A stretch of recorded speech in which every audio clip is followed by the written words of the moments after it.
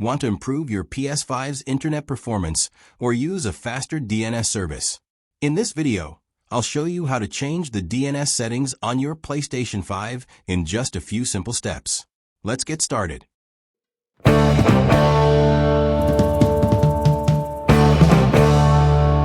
First, turn on your PS5 and go to the Settings menu. You can find it by selecting the gear icon in the top right corner of the home screen. Next, scroll down and select Network. Then choose Settings. Under Settings, go to Set up Internet Connection. Find your current internet connection, whether it's Wi-Fi or a wired LAN connection. Highlight it.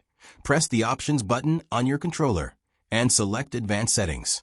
In the Advanced Settings menu, scroll down to DNS Settings. By default, this is set to Automatic. Change it to Manual. Now enter your preferred DNS addresses. For example, if you want to use Google's DNS servers, enter Primary DNS 8.8.8.8, Secondary DNS 8.8.4.4. After entering the DNS addresses, select OK and save your settings.